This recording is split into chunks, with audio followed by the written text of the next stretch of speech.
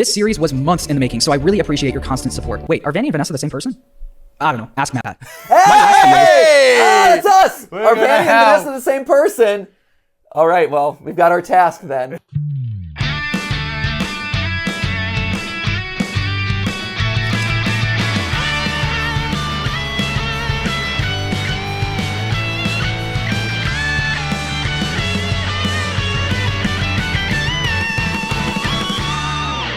Hey guys, and welcome to GT Not Live, where today we are doing our next hour analyzing a 15-minute chunk of a video. Because welcome to the world of online commentary, where a short product begets a long product begets a longer product. We're getting good at this. We are. Hey, you know what? If The Last Jedi, a 2-hour movie, prompted people to do like 6-hour critical analyses of its movie, then surely a 27-minute video of a YouTuber analyzing the lore of Security Breach merits 2 hours plus of us. 2 to 3 hours. I mean, this is part 2 to his part 2 of it, which is technically our part 3 because we analysed the first one. Just the Ouroboros of online content eating its own tail. Yeah. I react to his reaction of my reaction to his reaction of our theory. Absolutely. Eventually, it will all just implode in on itself. Yes. And the universe will reset. Yeah, exactly. We're basically, everyone's like, how do black holes get created? You're looking at it, friends. Online content, that's how black holes get created. We want the story of FNAF to reset. Maybe this is how we do it. That's Eventually, how it eats itself alive and just... Spoiler alert, that's what happens when you hit video 100 of FNAF. There you go. That's it. If you unlock 100 videos, it's like an unlockable here. If you unlock 100 videos of FNAF, the universe opens up, swallows us all, creates a black hole, and everything resets. Well, only 40 more to go then. Over halfway, baby! Come on! Yeah! There's more books coming out. We can always talk about that. There's too many. No. Yeah, it's true. Speaking of, there should be one coming out fairly soon, right? For you guys, it's already out in the UK. The Somnophobia. That's right, because we got that one early, yeah. For some reason, the UK is getting them like a month before you Why guys. are you getting them a month early? I don't know. I literally just look on... Amazon has got the US date, but then any UK bookstore you go to is like, oh, it comes out on like the 7th of November rather than the 1st of December or whatever the date is. Maybe they're trying to maybe they're trying to encourage like more FNAF fandom over there. Oh, you guys get the lore first. Here you go. Come on. I mean, I will say the very first Tales of the Pizzaplex book, the entire epilogue fell out. So maybe I'm just getting the early, like they're just going, yeah, the UK can have the NAF copies, the rubbish copies. Oh, the NAF copies! The NAF copies. Wait, NAF? FNAF? What? So I'm assuming NAF means the like beat up or kind of junky copies? NAF, like rubbish, yeah, or trashy, I suppose. We got a new theory. There we go. Theory number 61, baby! Here we go! We're ready. Go. That's a banger. No, actually, theory 61 is going to be a banger. Is it actually on? It's actually 61? No, I don't know where we are. I don't know. We're close to, we're around 60. I've lost track of the exact number. And I will say, the one that I recorded this morning, which John actually helped inspire us a little bit, I think some of the ideas he's talking about here, we alluded to this at the end of our last reaction, but some of the ideas he's talking about here have inspired our theory, and at least, well, have coincided, not necessarily inspired, because we've been up in our attic, my attic, we call it the Fnatic at this point, where we remove ourselves from all human beings and all of society, absolutely, in order to indulge in all things FNAF. Yeah. Away from the prying eyes of everyone else. Prying eyes. As if they're so interested. Yes. They so want to be involved in this. Ooh, no one's asking. No, you've got the editor dungeon and then the Fnatic. Yeah, the Fnatic. Yeah, Fnatic, editor dungeon, and then all the sane people in the middle who do like, the normal work. That's so great. But we ascended to the Fnatic, we had a couple of realizations, and then this video came out, and we're like, wait a minute, he's thinking about somewhat similar things as us. Yeah, it's very strange how that worked. That is really strange, actually. I wonder if they're complementary theories. Yeah. I wonder. Possibly. Depends how many, robot kids we want. Well, who knows? And maybe, and again, we stopped midway through this before we were able to really finish it off last time, so hopefully, Hopefully we'll get there. Well, hopefully he doesn't talk about the stuff that we're talking about, because otherwise it's going to be super awkward. Yeah, because we dedicated a lot of time writing and researching that. So let's finish off. So this is John FNAF. To catch you up, last time he basically started to talk about how it seems like Charlie, aka the puppet, has been brought back into the Pizzaplex and may just be the patient 46 that everyone's been wondering about. Yeah. It's a child. There's a lot of puppet or Nightmare-own imagery throughout with the black and white stripes everywhere. You have the security bots with the kind of like the crying faces. The reference of in your dreams, a reference to Nightmare-own kind of being like this dream-like entity. What else was there? As I just kind of quick. Oh, and then the mention, the closet. I think this was what we ended on last time, which was I think one of his most strongest callouts and one of the things that really got me was the fact that in order to unlock the secret security breach room the secret sister location room. Yes, thank you. In security breach, you have to flash the Faz cam. It unlocks this weird looking door, which is an unusual door to be hidden like this. And he says, "Oh, it's the closet from the fourth closet, which is where versions of Charlie were built, hidden, and stored away for future activation."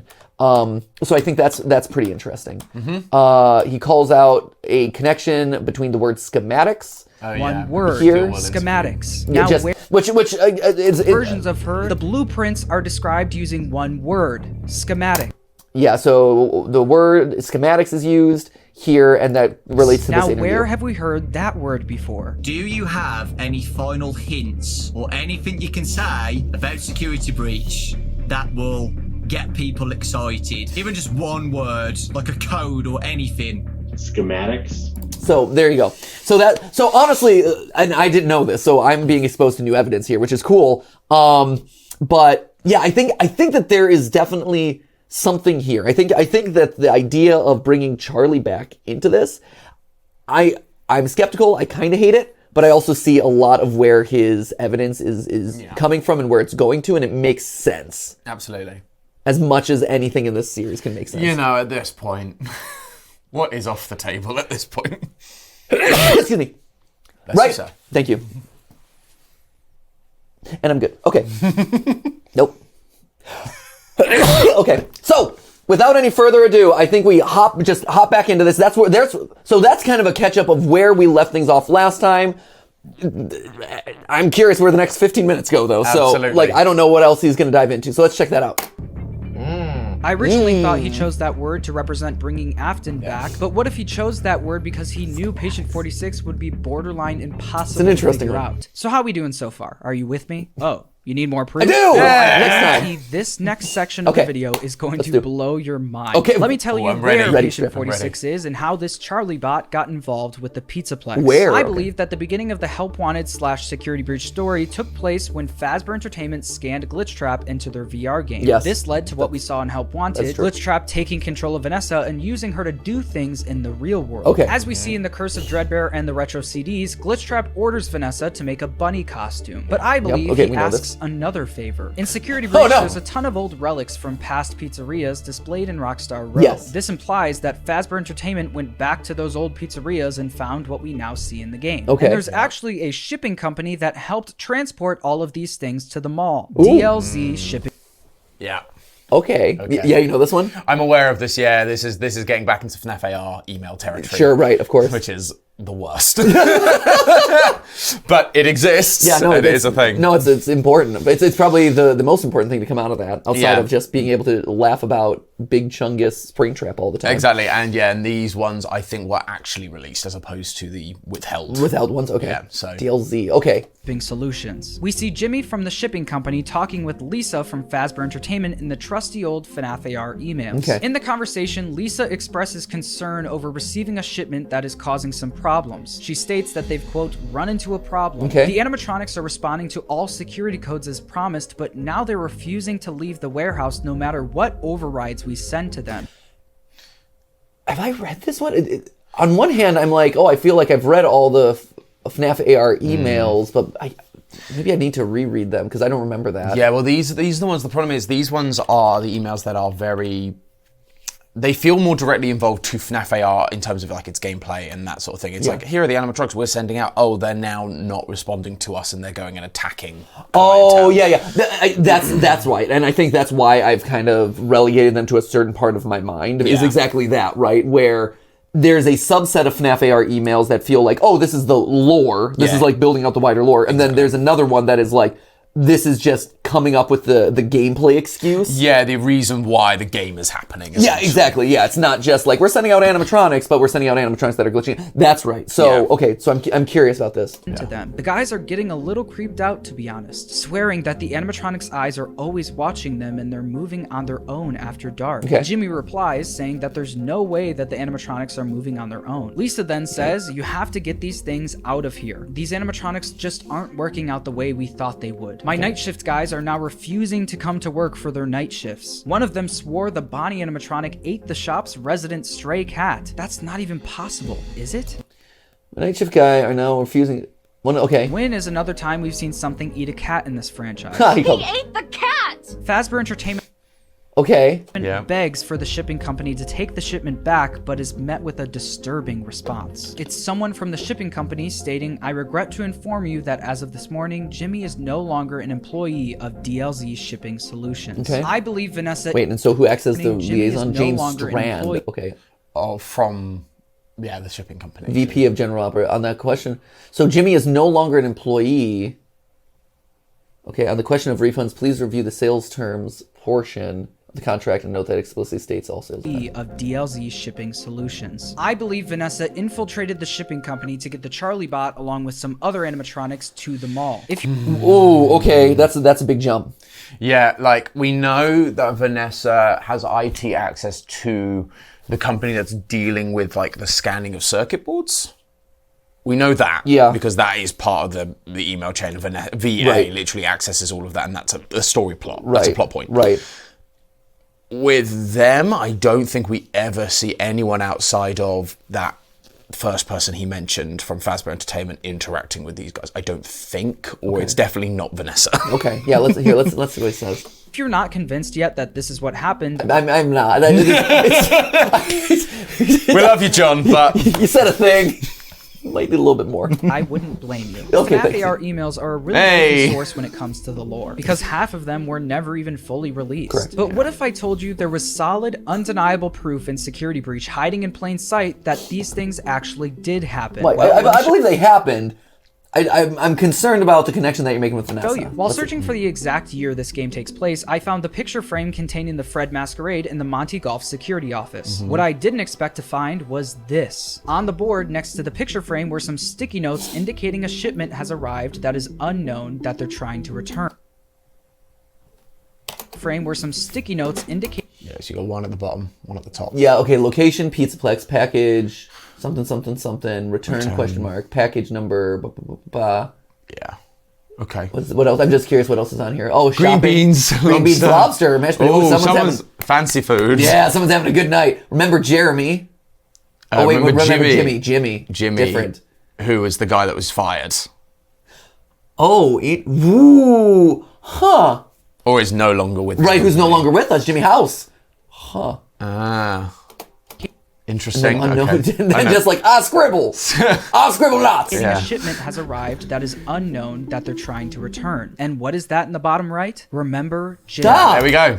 Okay. Now that we know this information, I can tell you for sure that this shipment included all of the FNAF 1 animatronics. Is there, I would question, and I'm assuming he's looked into this or is going to talk about it, but everything has a number, right? So like immediately I see like, oh, there's a number. Do they track to the emails? Do they track to the emails in any way, or is there any shipping numbers mentioned? Or is this potentially a code of some form? I do miss the days when there were like codes, like like a hex code of purple backwards. Yeah, I miss when the numbers meant things. They don't mean more often than not at this point. They don't mean things, which is a bit of a bummer. I can tell you for sure that this shipment included all of the FNAF 1 animatronics. How do I know this? Because the sticky note with the question marks on it is seen in one important place in the Pizzaplex, in Rockstar Row, right in front of the FNAF 1 stage. Okay.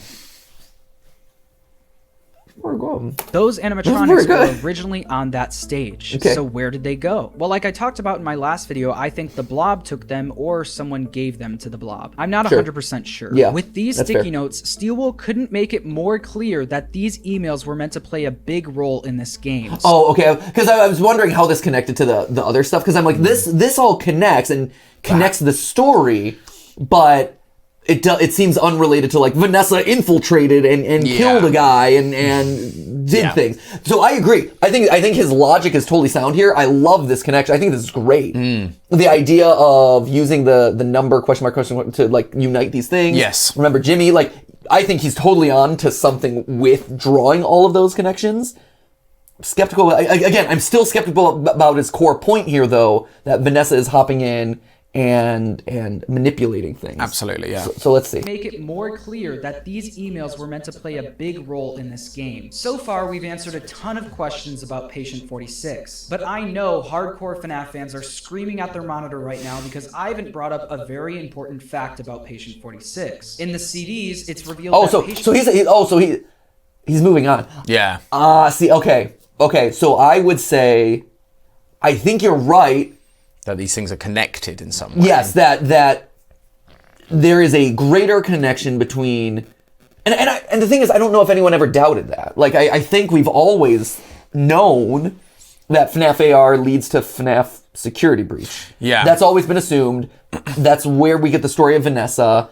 That's the connective tissue there. And there's stuff that happens in between and I think you're connecting some important like some of the small details. I think that's really cool. But why it's important and how it connects to that wider point about Vanessa infiltrating, it doesn't feel answered. Yeah, and I think this is always one of those tricky nuances of theory crafting that you always got to stay really careful of or aware of, is you can prove a lot of things and you can prove cool stuff. Like, this is cool. Yeah. I love that he is calling this out and finding these connections. I think that's really exciting. It's really compelling.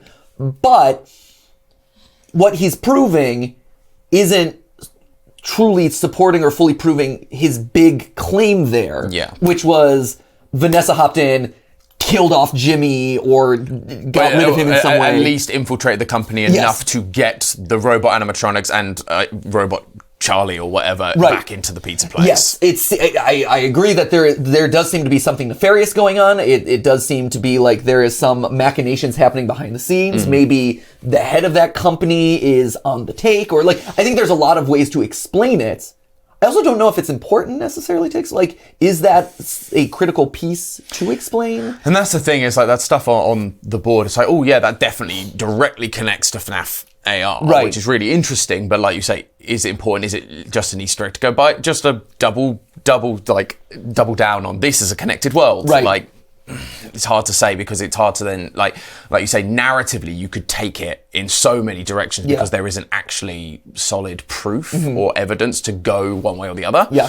And that's where it's tricky, isn't it? Is going how do you prove narrative structure rather than just here's evidence pieces and now here's a story I can tell. Right, exactly. Yeah, and I think that, again, like in theory crafting, in theory reviewing, in just kind of this world that we exist in, it's very easy to sit back as a passive viewer and watch and see these connections and be like, oh, whoa, he proved that thing that he said earlier. But he proved something, and it was compelling, and the way it's kind of sandwiched in there is like, oh, this was really compelling, this was really compelling, and so the connective piece in the tissue, like, that he said might also, like, it feels true by association, or it feels proven by association, but in actuality, this true thing and this true thing, or what seems to be true things, are kind of tangentially related to the thing in the middle, but not necessarily like, fully like, and this is actually a thing, it proves that the emails are connected, that there is a greater interplay between these stories, and that there is more physical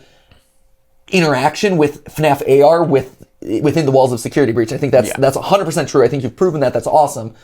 But some of the motivational claims or what characters have or haven't done, I think that is still left open, and we have to be aware of, as smart viewers, have to be aware of what has actually been proven here, what is slightly more supported but what is still an assumption. And I think what we're working with here is still a lot of assumption going on. Yeah. We've answered a ton of questions about Patient 46, but I know hardcore FNAF fans are screaming at their monitor right now because I haven't brought up a very important fact about Patient 46. In the CDs, it's revealed that Patient 46 lied about their past. Why would she lie? This one is actually... fair, right? Yeah. It's a good point. Pretty easy to answer, and my answer is Patient 46 didn't lie. Back when I was explaining the books, I mentioned the illusion discs that make you see things that... Hold up. Oh no, he's dipping into illusion disc. You had a knowing nod. I wanted to call out the knowing nod here. You're Was it? No, I think it was more of a... I was confused. Okay. I was confused. Didn't lie. Yeah, exactly. They lied, but they didn't lie. I'm like, okay, where's he going? Didn't lie. Back when I was explaining the books, I mentioned the illusion discs that make you see things that aren't really there. In the books, Henry was able to make the Charlie bots look exactly like human beings. But when Afton stole the unfinished version of Charlie, he was unable to make her look like a convincing human. I believe the same thing happened with Patient 46. But the illusion discs were for the baby Charlie. Now, adult baby Charlie, because this franchise hates us, she does use an illusion disc, and or does she? Because she transforms a lot. Does she just transform, or is that illusion disc technology? Sorry, I was thinking about the implications of baby being named baby. Yeah. Which every once in a while pops into my head. Yeah. Okay. This is the joys of being a FNAF theorist. Just you have these random things that just like linger and float around in your head. Like sometimes, you know how you have floaters in your eyes that float down, and you're like, oh, that's a thing that's like not in existence. And it's gone. Just like exists on the gelatin of my eyeball. That's weird. Same thing with like random factoids about FNAF in my head. Like, every once in a while it's like, oh yeah, it's weird that baby is called baby. And that it's also the embodiment of William Afton's child who died. Yeah. Early in her life, therefore, like, oh, my baby died. Yeah, well, exactly. Anyway, sorry. Please reiterate your question. I'm now focused on what you're saying. You're all good. No, it was because the very small child. Yeah, and again, important to distinguish. Very small child / baby, but like human. They call it baby human. Yes. Human. But it's the doll. They use Henry uses an illusion disc to make it look like Charlie. Yes, okay. That first one. Isn't it the Ella doll? Yes, the Ella doll. Ella doll, see? Yeah, there we go. On it. Okay. But then you have fully adult Charlie, i.e. baby. Correct, yeah. So, okay. There are 4 versions of Charlie. There's Ella. There's like child, which kind of goes unnamed or just exists. Is there. Then there is teenage Charlie, the protagonist of the books. Yep. And then there's adult Charlie, aka baby. Yes, and then there's a secret 5th Charlie that shows up at the very end. Yes. Okay. But the baby one, I'm trying to remember if that's illusion disc No, baby. Big baby. Okay, big baby. See, again, baby. Okay, good. This is why this is dumb. Let's scale it. Okay. Yeah. So adult Charlie, baby. Clown, adult, robot, human. Yes. That bleeds. Do they use... Is that illusion discs that allow them to transform, or is that just they can transform? Because they transform into the baby we know from the games at one point, and they also transform looking from baby form into Charlie form. As I understand it, it is a combination of both. Wonderful. I think it is. I believe that, if I recall, yes, I believe that the baby animatronic is able to transform itself or transform its shape in some way by the power of Remnant. Yes. Coupled with illusion disc. I believe it is a combination of both. Because she's blurry on the photos, isn't she? Correct. Yeah, she's so blurry on the photos. Discs. Yeah, so it is a combination of 2 things. One, in the books, it is canonical that Remnant allows you to morph yourself. Yes. And I believe that is in the Ultimate Guide as well. Yes. The book that is, as of right now, like the Bible of this is where the current lore stands. Roughly. Yeah. And so in the Ultimate Guide, I believe Remnant is described, or the Remnant pendants that like Eleanor has and things like that. They explicitly say this allows her to transform. Yes. Or change shape. Yes. But then, exactly to your point, the illusion discs also factor into some part of that process as well. Yes. But my point then to this is teenage Charlie does not use an illusion disc. Teenage Charlie does not use... That is correct. Teenage Charlie is built to look fully human. The illusion discs are not the entire part, because he starts with illusion discs Yes. with the Ella doll and then goes, no, but I must make a real Correct. animatronic. Yeah. And so the idea that the illusion discs are what make Charlie bots look like Charlie is not accurate. No, you're totally right. Yes, illusion discs are used for Baby and beyond,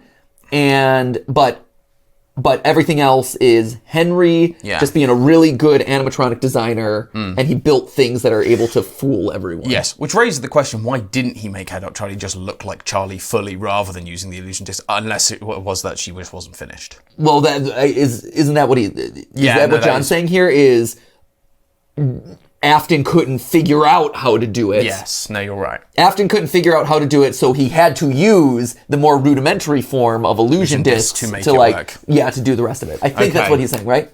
Okay. Yeah. Again, there's so much happening. And I know some comments get frustrated when we stop it every 5 seconds. First off, that's the nature of a reaction video. Sorry. I could just play the video, but that's unfair to John, and also that's not reaction. Yeah. But also, I think a lot of this is important to process in the moment to understand what is being said. Yeah. And with this stuff, it's very confusing. Okay, so exactly like human beings. But when Afton stole the unfinished version of Charlie, he was unable to make her look like a convincing human. I believe this same thing happened with Patient 46. After Afton found her, he tried making her look like a convincing human being, but wasn't able to get it right. Okay. So 46 was left having to use an illusion disc to make her look like a random little girl from the past. Okay. Notice that the therapist says that 46 had parents, talking in the past tense. The truth is, you had great parents. She's not lying about her past. The therapist just sees someone completely different sitting in front of her. Oh, so he said... He's saying that's a lot of stretches, I think. You can't make a convincing human, so he basically used an illusion to make it look like another human. And so the therapist... Who already exists. And so they're going, oh, you had parents because this child had parents on file. I feel... So, I don't know, and again, he might go here. If you can support that, maybe, through the books and the fact that Baby steals the identities of other people in the books. So again, in the books, it's canonical that Eleanor, basically the Fazbear Frights version of Baby, goes around and tricks people so that way she can steal their identities. Yes. So yeah, I guess. I mean, to me, I think more so it would be. I mean, to me, almost more so the idea of had parents. First off, you could lean into Charlie's backstory, which is that Henry commits suicide. He kills himself. Sure. In the books. So maybe if this is Charlie's old memories, she could be remembering, oh, I had parents. That is one way that she had parents. Yeah. And that there was tragedy in her backstory. The other route here that I could see, I think that feels almost more believable to me than using illusion discs, and William Afton was able to complete it, and so she's mimicking and being mistaken as someone else, which feels like a lot of layers of convolution there, or it feels like a lot of layers of complication. Yeah. To me, the other thing is, if this is a robot child that came to life, or was accidentally activated at some point, and then, started to act as Patient 46, if this is a robot child that came to life, maybe she was adopted, maybe she was part of a happy family. Yeah. And... Or part of an upset family or what? Because it's Patient 46. They say, turns out you had a great. Had a great childhood. So again, the story that they're telling versus the story the therapist finds out don't line up, and that's where it's going. Well, Patient 46 is lying because at that moment, that's where Patient 46. It's why won't you look at me? Because Patient 46 is aware. If it makes that feeling of I'm aware I'm lying to you. Yeah, that's true. And so it's almost and I think that's a part of the confusing thing is going, tragic backstory. It has to have. It's actually they may not have a tragic backstory. Yeah, that's right. They're making it up to get close to the therapist or to get close to Vanessa or whatever it is, in order to qualify for therapy. I don't know, but it's that kind of that sort of thinking. Yeah, why would you actively take on the mantle of having a tragic backstory? Yeah. What is the motivation? Right, what is the motivation there? And it is weird. And we kind of talked about that in our Gregory episode. We've talked about the fact that we're not necessarily entirely sold on Gregory. It was the best option we had at the time with the information we had. But it was the fact that he was going after the therapist so that Vanessa couldn't reveal the truth or couldn't ruin the plan. Yeah. And so by having fake backstory and male tragics, this child needs help. And then it's like, you're letting them in. Right. To allow them to keep up with Vanessa and what's going on. Is an idea, but again, even that is like us trying to make the best of a bad situation. Yeah, to me, the therapy tapes, again, like when we were first doing theories about security breach, the therapy tapes always felt to me, for 46, as a means to an end. It's Absolutely. Not, it's like, whereas Vanessa's like, she needs therapy, or it's corporate mandated, or she's literally going through and is having these voices in her head. Like, it makes sense for her to have therapy. Whereas patient 46 never seems like they need to be in therapy, always feels like they're in control of these therapy sessions. Yeah. And like you said, stuff like this feels like a cover story to get into the therapy. Yeah. It's a means to an end to keep track of Vanessa. That was always how it was interpreted in my mind. But, Let's go. There's further proof of this in the part of the CDs where the therapist catches 46 talking with Vanny in the mall. That's you, isn't it? I know this image is distorted, but I think it looks like you. And you're not alone here. You're talking to someone. It's hard to tell. The therapist specifically mentions that the image is distorted. I've always noticed that detail. I always thought it had maybe something to do with illusion disc. But again, I was wondering if that was Vanny. And this is where, again, the graphic novels were really interesting for this detail is they don't distort the entire photo, just the person in the photo. But the fact that both characters are distorted is interesting. Because it's like, I can't really tell, but I think that it's a bit blurry, but I think that's you, and you're talking to some rabbit thing. Again, the rabbit's not even clear. Right. So you're going, are they both illusion discs? Or again, it's even that thing of, do illusion discs work slightly differently in the games versus in the books? There's always that possibility. Or do they exist at all? As I know everyone is always like really up in arms. Very mad about illusion discs don't exist in the game. And it's like, I think at this point, there's a lot to say that they do. It's real. It's a plot point that seems like it keeps getting brought up. Yeah, absolutely. And it's hard to tell if that's actually patient 46 and what the thing next to them is. This lines up with what I mentioned earlier about illusion discs making you look distorted on camera. On top of that, it's also revealed that patient 46 likes disguises. You like the idea of being disguised? Disguises let you be sort of invisible, don't they? You can get away with almost anything when you're invisible,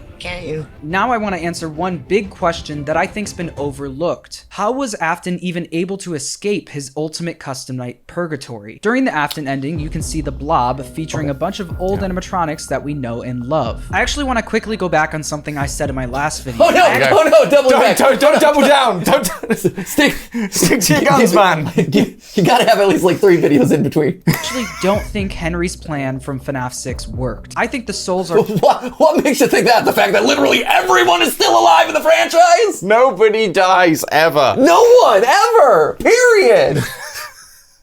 Damn it! What? Please kill someone. I'm so desperate for like one. Just one. Someone just drop one. off. Can Henry just be dead? Can we just agree he's dead? I hold out hope that someone will die at some point. Eventually, someone will be dead. Dead and stay dead. Are still in the blob. Well, most of them. All of the faces in the blob have glowing red eyes, except for 2, Baby and the puppet, who also doesn't have tears. Thank you. Thank you. This might this might have something to do with us at some point. Indicating that their souls are somewhere else now. I believe Afton wanted to find a way to escape his ultimate custom night purgatory, but he wasn't going to do that without getting rid of the main spirits that are keeping him there. Cassidy the aggressor and Charlie the protector. Okay, I mean... hold on. The way he got rid of Cassidy was trapping her in the Princess Quest arcade machines. Vanessa snatched Cassidy from the blob and trapped her in 3 different arcade machines. Okay. There's a lot happening here. Okay. Okay, hold on. There's a lot. That's oh, wow. There's a few things. Yeah, wow, okay. So, go for it, Tom. So, Ultima Custom Night. I'm gathering my thoughts. Yeah, you're gathering your thoughts. There's a lot. Okay. So, Ultima Custom Night being Cassidy and Charlie is... Because we've always been, this is Cassidy. Cassidy is running the show because once you beat it, that is the cutscene you get, is Golden Freddy. Charlie's line, the puppet's lines in that were always interesting because they are like, I was afraid of you, but not anymore. Or lines along that sort of line. Yeah. Which makes you go, oh, I guess you could say Charlie's spirit is still in there, but at the same time, it could just be, it's just Cassidy pulling the strings of what what Afton knows. Right. And again, like in Ultimate Custom Night, in Ultimate Custom Night, it is very clear that it's Cassidy's game. Yes. Cassidy is in control. Yeah. Old Man Consequences seems to support it. Like it feels like it's the final image. At no point is it ever once indicated that the puppet or Nightmarion is differentiated in any way in that game. Like, absolutely. They have lines that reference I used to be scared of you, but now I'm not, and things like that. But that's basically the equivalent of Nightmare saying, like, I will tear you apart and put you back together again. Or and, you know, Chica going, you know, I was the first, I've seen everything. It's like, it doesn't mean that Susie is down there. Yeah, it means they're just references to that character and their backstory and who that person was. And in a sense, trying to help with lore to solve it. It's very meta in that way. Absolutely. So there's that. And then grabbing Cassidy from the blob, which in and of itself is a bit of is a bit of a stretch even then. Right. The idea is in Ultimate Custom Night, like the spirits are technically moved on. They're Cassidy's just torturing Afton's soul because their souls are tied. Yeah. Taking it out of the blob and then putting it into the arcade cabinets. Yeah. Yeah, to me, again, I think this is one of those things where I think, I don't think there's, you can, this is tough, and this goes back to what I was saying earlier about the delivery service. Absolutely, right? Where at a certain point, you have to be okay with missing links. Yeah.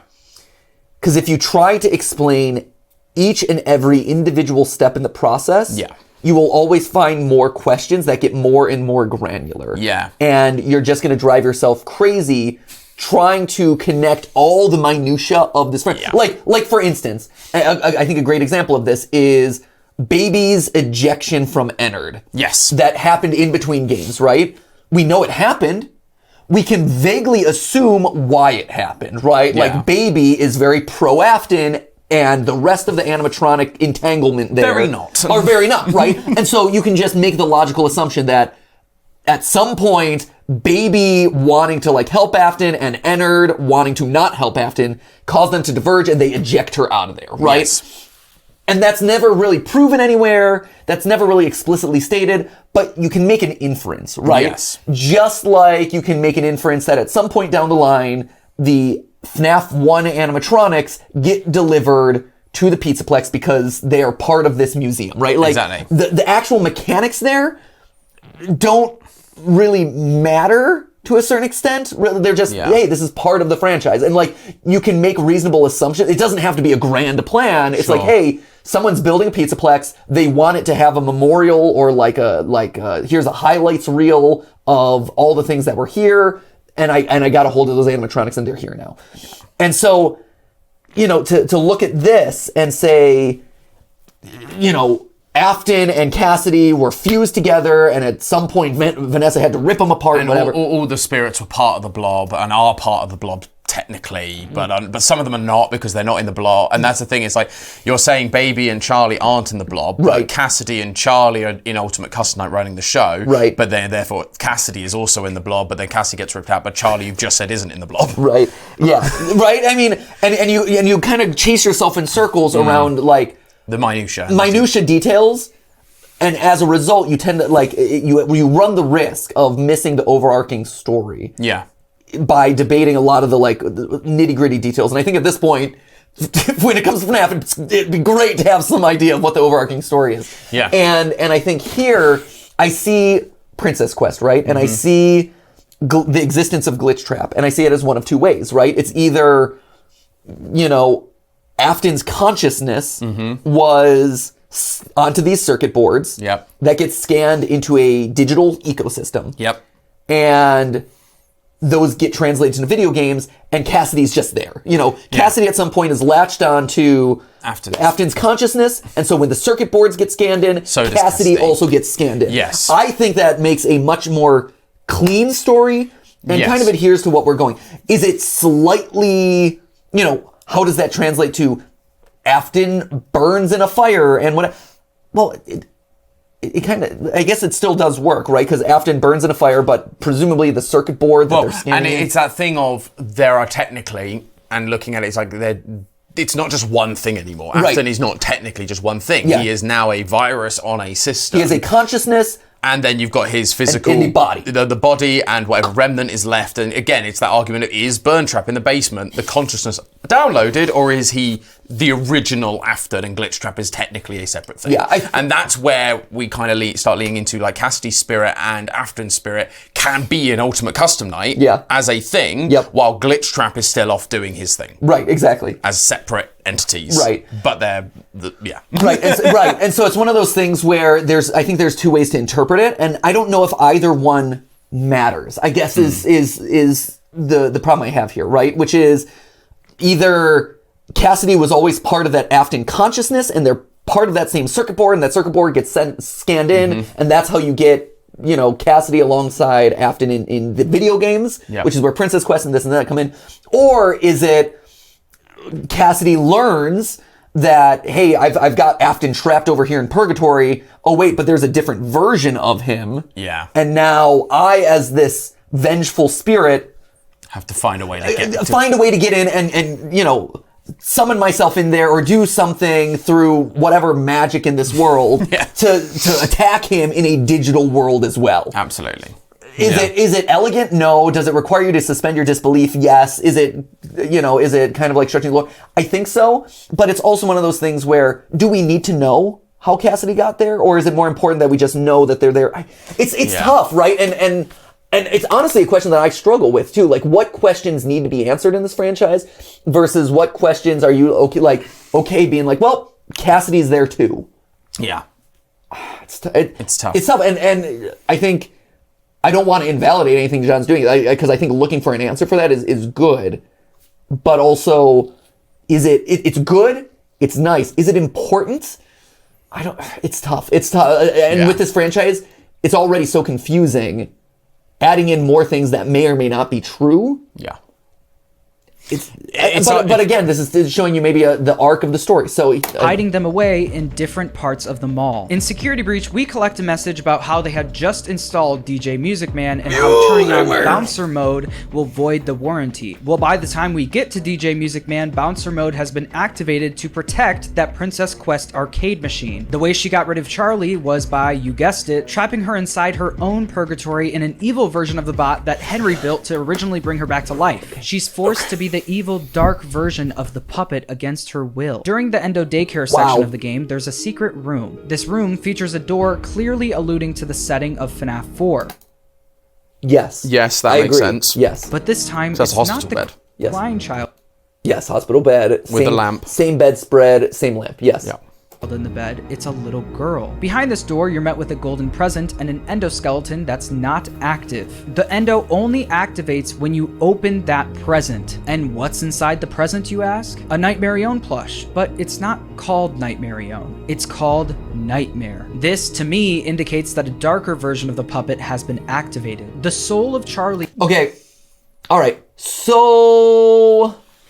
I like the details. Yep. And again, these are the sorts of clues that get me excited. Yes. The fact that there is a Nightmare plushie in the middle of this random room that also has like the FNAF 4 stuff around, that's cool. And it's a girl in the bed. It's a girl in the bed, which is weird. That is weird. That's weird. I know this is controversial. No. Maybe is it a girl in the bed because Crying Child doesn't exist? I mean, that's what we potentially posited. That was a theory that we had at one point that may or may not still adhere to reality as we're going through this timeline. And we're still. It's funny. Out of all the things that we're reviewing as part of this timeline, that one is still like we've been working on this a while, and that one's still in this weird nebulous zone of like we're still not sure, which I don't love. It's rough. It's rough, man. But. Right? And so if Crying Child didn't really exist, but was kind of a stand-in for this Afton's daughter or Henry's daughter or something, that's interesting. And now all of a sudden you have a girl who's in that bed, and that's the reason she dies, and I will put you back together and all this stuff. Yeah. Interesting. But I love this detail. I think this is, again, these are the sorts of details that I'm like, yes, that's really interesting. Same thing like in the Post-it room where there's the family there, and in the middle is the like Fredbear's Family Diner poster. Like those sorts of placements matter, are important, and are trying to tell us something. Absolutely. So that's cool. Is trapped in a darker version of herself. Actually, I'll let Nightmare explain what they are. I am the fearful reflection of what you have created. Charlie is trapped in a never-ending nightmare inflicted by William Afton. Vanessa taunts her by painting the staff bots like Nightmare and writing "in your dreams" Oh, you think this is on them. Only after Charlie and Cassidy were out of the picture was Afton able to escape his purgatory. so he thinks that Vanessa's taunting Nightmare or Charlie by doing that stuff? See, to me, I would argue when I see those security bots and stuff, I feel like it's Charlie. Like, if this is true, and if it's Patient 46 and all this stuff, like, there's a lot of ifs here, but I see those as that's Nightmare basically like taking over, striking back, things like that. Like, I don't think this is Vanessa taunting anyone. I really controlling anyone. No. Yeah, I think that is Nightmare actions affecting this world. And again, if you are going down the patient, because as we said, Patient 46 is in charge. Patient 46 is the one in control of every situation they're in. Right. So it's not someone else controlling them. Yeah, it's not this battle. It would be Nightmare acting as the puppeteer in a lot of ways, rather than like Vanessa versus that doesn't make narrative sense to me. Yeah. In a lot of ways, I feel like if Charlie is in here, and if Charlie is Patient 46 and is Nightmare and all this stuff, a lot of this is her doing as a means of striking back against Afton. Yes. Because it always comes back to, like, Vanessa is just a mere middleman in all of this. Yeah, and I think that's also important to note here, is that Vanessa's role in all of this is she is just a vessel through which Afton is acting. Yes. And so if Charlie is here as Patient 46 or whatever, she is fighting against Afton. This is, I know Afton's back.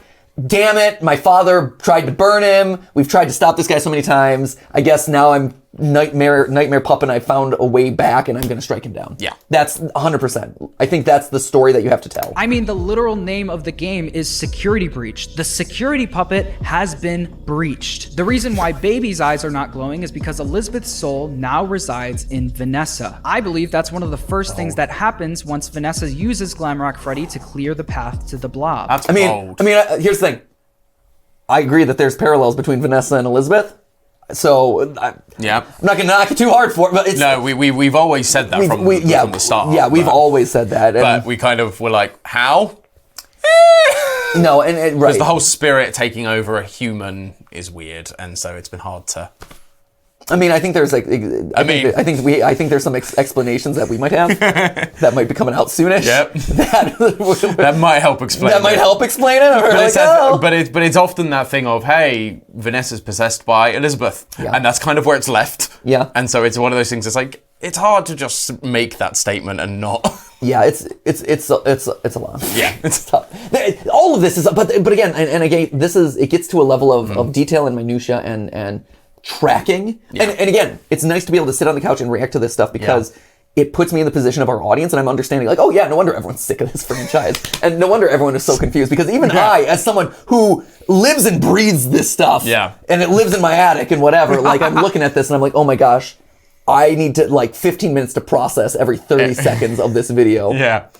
This would explain why Vanessa in the retro CDs shares a similar backstory to Elizabeth. Vanessa also likes being outside, which is the opposite of Patient 46. And just like Patient 46, that's because her trauma has to do with being locked in a basement. I don't like dark basements. Yeah. 46 and 71 are completely opposite. I like and that. their likes and dislikes. I like that idea of Security Breach being a potential battle of some form of like these two like female children who died prematurely in their life. Yeah. That's kind of cool. One in support of Afton and one totally against him, trying to protect others. Yes, from a like narrative standpoint, I think that's cool. That's an interesting story. Is it in the game? Yeah, remains to be seen. Maybe. Again, we might have a theory coming out soon that like at least supports half of that.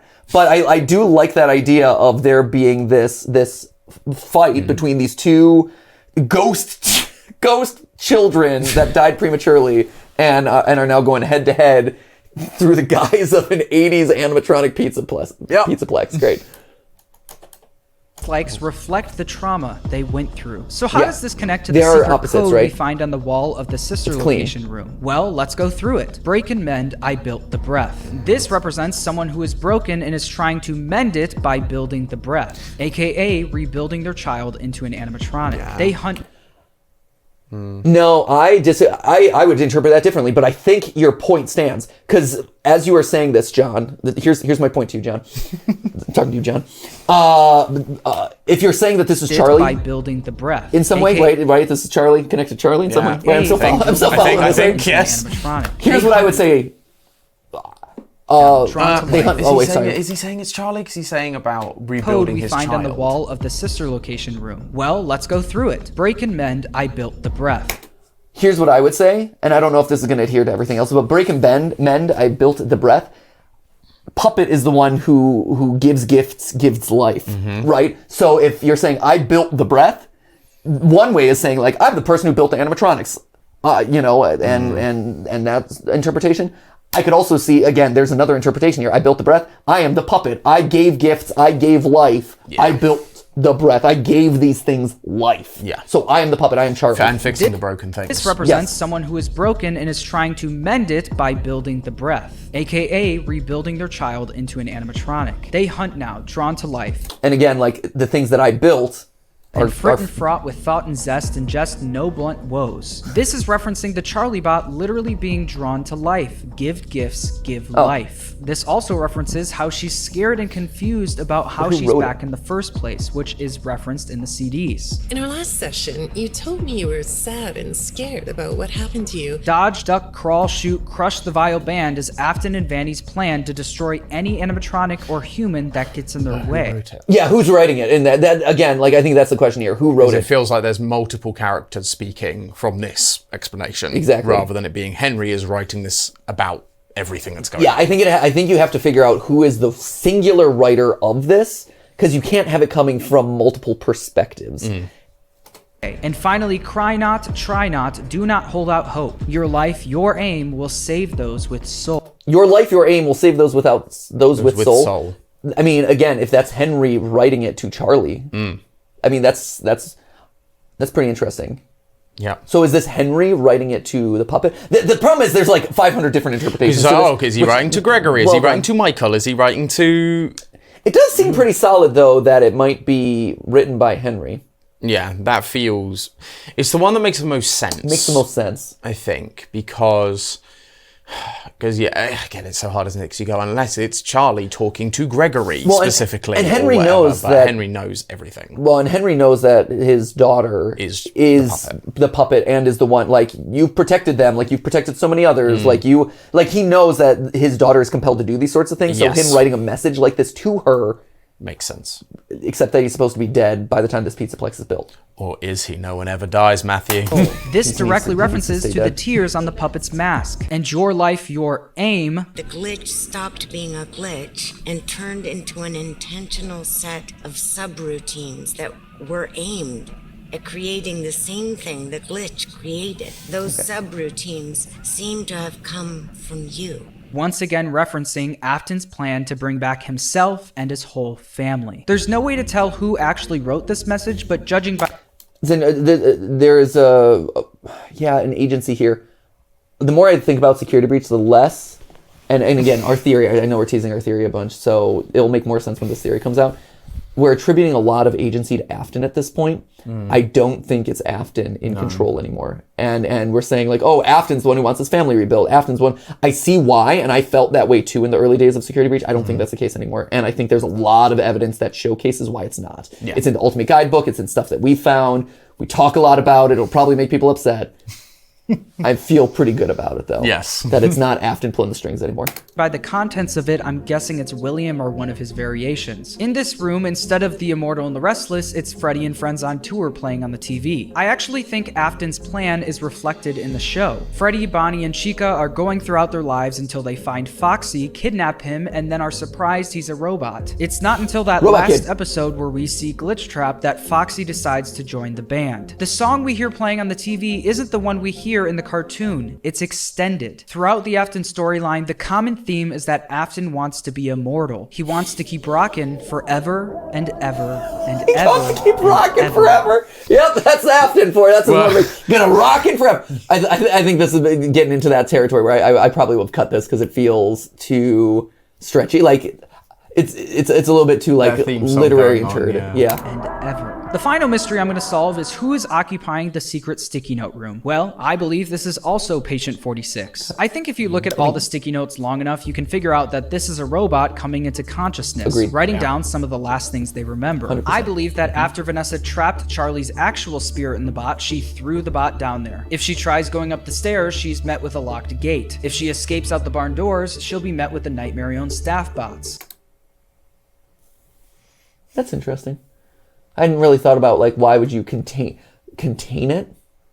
Or why they are contained, yeah. Or why they, yeah. And again, this goes to the debate that we were having a couple minutes ago where it's like, do we think that this is Nightmare-owned? Or do we think that this is Vanessa's doing? That's interesting. So if you're trying to scare Robot Kid Charlie, Nightmare-owned, whatever this thing is in the Post-it room and like keep them penned in. Yeah. I mean, yeah, you might do something that is like scary to do it. But then it's that argument of, but why would Charlie be scared of the Nightmare-owned? Right, and right. Which is, again, like where we posited that it was Gregory and Crying Child stuff going on in that room. You go, well, that would make sense to the Nightmare-owned because that's FNAF 4. Right, I do agree with that. Like, if we're saying that this is like Dark Charlie or Nightmare Charlie or whatever, or some connection to Nightmare-owned, and if Nightmare-owned's in charge, again, it depowers Nightmare-owned in a way that I don't think the rest of this theory holds up to. Yeah. Even though the bot is partly Afton's creation, the soul starts to gain consciousness. She starts by writing in binary, saying things like, why is I? But over time, the bot starts to write down actual memories, including a picture of 3 people with the person in the middle looking very similar to the puppet. I believe this to be Charlie, her mom, and Henry. You also see a ton of drawings. It also looks like a security bot or a staff bot. Like this one depicting 3 kids at a birthday party, which is the exact number of kids she saw before she died. You could even relate the red, green, yellow, and blue drawings to the wristbands that each kid was wearing that night. It's true, but red, I will say this, because I know this one because I looked at those colors a lot. The red, green, yellow, blue is also the colors of the balloons in Happiest Day. They're also the colors of the FNAF 4, right before he gets chomped, there are lights that flash. And they all red, flash green, yellow, blue. Lastly, there are red, green, yellow, blue colors in Baby's observation room in Sister Location. So red, green, yellow, blue lights, or that reference to that specific set of colors, because I thought so too. I'm like, that set of colors is very specific, but it shows up in about like everywhere. 5 different places that all could have significant meaning. Who'd have thought that children like bright colors? I know, right? Primary colors work. Also a lot of drawings of presents, which would make a lot of sense with Charlie's backstory. This drawing of Freddy could be depicted 2 ways. As we know from FNAF 2, that was the last animatronic walking around during the party the night she died. And also, Lefty was probably the last thing she remembered before trying to be freed by... I have to run and take over Ollie, and I don't want this to go anymore, but I also want to make sure that I think through this. Henry. If you want to throw the books into the equation, there's a whole page where Charlie's reminiscing about a childhood memory. Hanging out at Freddy Fazbear's, eating pizza, wearing a birthday hat, drawing pictures, and writing on the wall with handwriting that looks extremely similar to the hand... I mean, hers are all caps. That one's not. I will say that. That is true, yeah. All caps versus a lowercase a, lowercase r. Lowercase t, E's... well, yeah, her E's are inconsistent as well, which makes it tricky. Handwriting we see on the sticky notes. Why is the Afton family depicted by staff bots in the room? Because that's the final goal of William and Vanny, to bring back the Afton family. I actually no longer believe that Gregory's a robot or the Crying Child. In between the releases of Help Wanted and the... No, wait, I thought he was on my side for a while. He was on my side and he's gone literally up until part 2, man. No, we were together. And you call me the turncoat. There was a conversation happening in the source code of ScottGames.com. It read, stay the course. I will. Focus on my voice. I will. Don't let anyone lead you astray. I won't. Have you selected one? I have. I don't think Gregory's the Crying Child yet. I think he was the child chosen by Vanessa/Elizabeth to be the Crying Child rebuilt. As we know, Elizabeth isn't a stranger to stealing people's skin and walking around in it. This would explain Vanessa ordering 3 lifelike human male rubber masks in the FNAF AR emails. One for the Crying Child, Michael, and William Afton.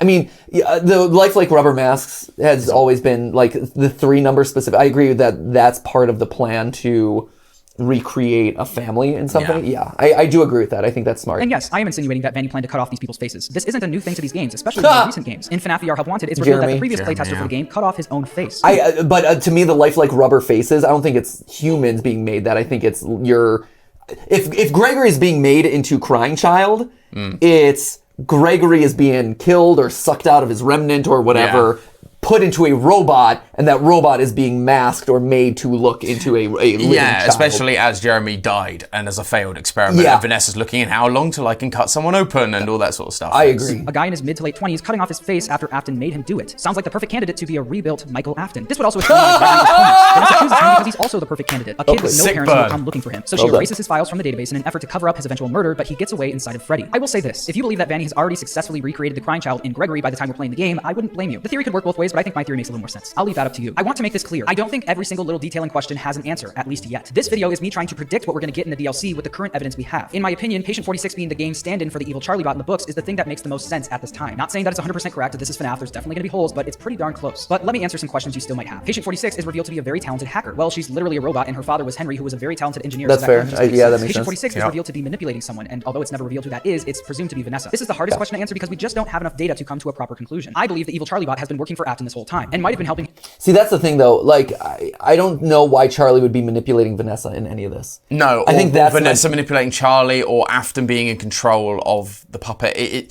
There's a lot of like moving parts as to who's in control of what throughout this, which is tough to follow. I think that's actually I like a lot of this. I love the details. I like the details. I like the fact that I am on board with Charlie being back. I hate it. I don't like it. I want her to stay dead, but I could see it. I can see her existing in this pizzaplex somewhere to try and like take down Afton or Vanessa or whatever. 100%, I get it. Totally fine. Cassidy failed to keep Afton down, or maybe is still keeping Afton down in purgatory, but now Charlie needs to step in to finish her father's work for him. 100% great.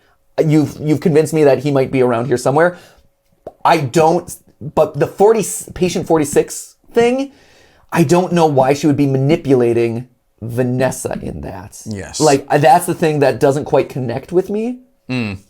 Like, why would she be manipulating and someone killing else? therapists? It's implied that that's Patient 46 because more of them die after Vanessa's gone. Yeah, right. Well, yeah, it seems like 46 is the one who is actively going out and killing people. That does not line up with everything we know about the puppet or Charlie. Yeah. And unless she's evil. And I know he's saying like, oh, Dark Charlie. I don't think you can pivot the nature of the character that way. Or if you are making it Dark Charlie, Evil Charlie, whatever, it still has to be oriented against Afton. It can't be oriented against evil or innocent people. Yes. It can't be innocent people like the therapists. No, and I think that's where you fundamentally do a disservice to the original intention of that character. Yeah. Can gain control of Vanessa, but the timeline of events is impossible to figure out. So hopefully, if this theory is correct in any way, shape, or form, we'll get answers in the DLC. Speaking of the DLC, who is the girl in the DLC poster? Well, what if I told you this wasn't the first time we've seen her? The Silver Eyes trilogy was recently ported to graphic novels, and oddly enough, there were some differences between the actual books and the graphic novels. For example, characters being drawn differently than they were described in the original. I think they did this to better fit the games they're currently releasing and the story they now want to tell. On the page where we learn that Henry discards his creations that don't work, you can see Charlie holding the head of a blonde girl with pigtails, almost exactly matching the girl in the poster. And what color is the text on the monitors? Green. Just like the wristband Charlie was wearing. Okay, green. I don't know, maybe that's a stretch, but I thought I'd throw it out there. So that's funny though. That's my theory. Did I like interesting that. detail. I'm That's not sure, cool. but I'm confident enough to say that I think I'm pretty close. I know this was a lot to digest, but I hope this video was somewhat interesting to you. This series was months in the making, so I really appreciate your constant support. Wait, are Vanny and Vanessa the same person? I don't know. Ask MatPat. Hey! It's us! Are Vanny and Vanessa the same person? All right, well, we've got our task then. There we Good, go. I'm glad I stayed till the absolute last second there. Absolutely. Well, with that being said, funny you should mention that, John, because Vanny and Vanessa being the same person is something that might factor into this new controversial theory of coming out, what, this week maybe, by the time this comes out? Yes, by the time this comes out, yeah. Yeah! So, one good theory deserves another. Congratulations, John. I like what you've put out there. You've given me a lot to think about. Absolutely. And I like a lot of what you said, and I need to process a lot of it. I think you bring up some good points there, but I think you're going to enjoy some of the stuff that we have coming out. Absolutely. So, get ready, friends, because FNAF Theory season is in full force. Can't wait to see you guys react to this one. Anyway, thank you guys so much for watching for 3 of these reaction videos. And I know we even had to rush it towards the end here because we were so damn slow. But thank you so much for watching. And, we'll see you on the other side of our next theory. As always, thank you, Tom. You're very welcome. Thank you for having me. Thank you for joining us. Remember, it wasn't a live stream, but it was a video for you. See ya!